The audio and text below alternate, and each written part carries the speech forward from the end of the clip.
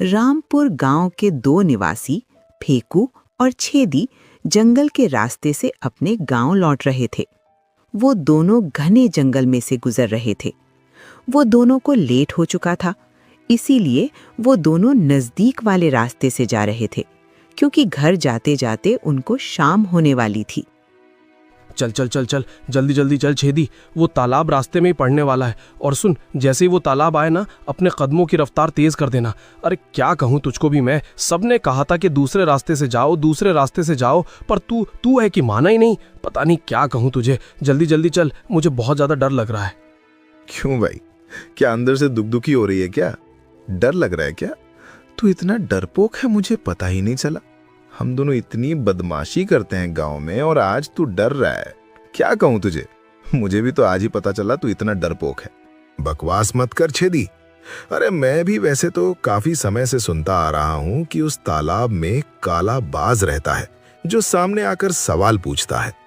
अरे धत, अरे मूर्ख, काला बाज हो या सफेद बाज, कभी भी पक्षी की आवाज में बात कर सकता है क्या? नहीं ना।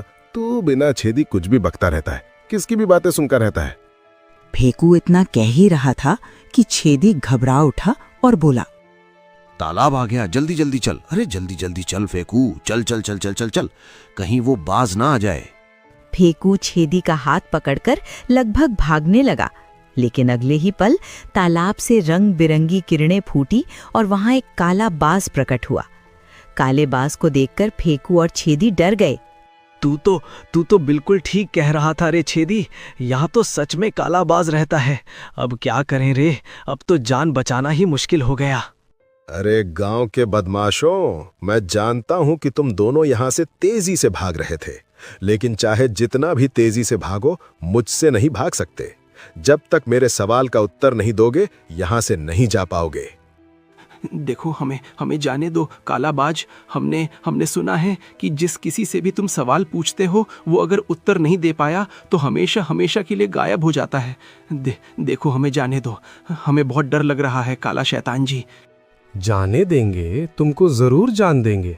बगैर उत्तर दिए तुम दोनों तो यहां से नहीं जा सकते। चलो अब मेरा सवाल सुनो, सच क्या है, जिसे देखना आसान हो या जिसे देखना मुश्किल हो? अब तो छेदी गहरी सोच में डूब गया। उसे कुछ समझ में नहीं आ रहा था। उसने फट से बोल दिया, वही जैसे देखना आसान हो। सत्य को प्रमाण की क्या आवश्यकता, जो दिखे वही सत्य है। अब तो हमें छोड़ दो, हे भगवान, कहाँ फंस गए।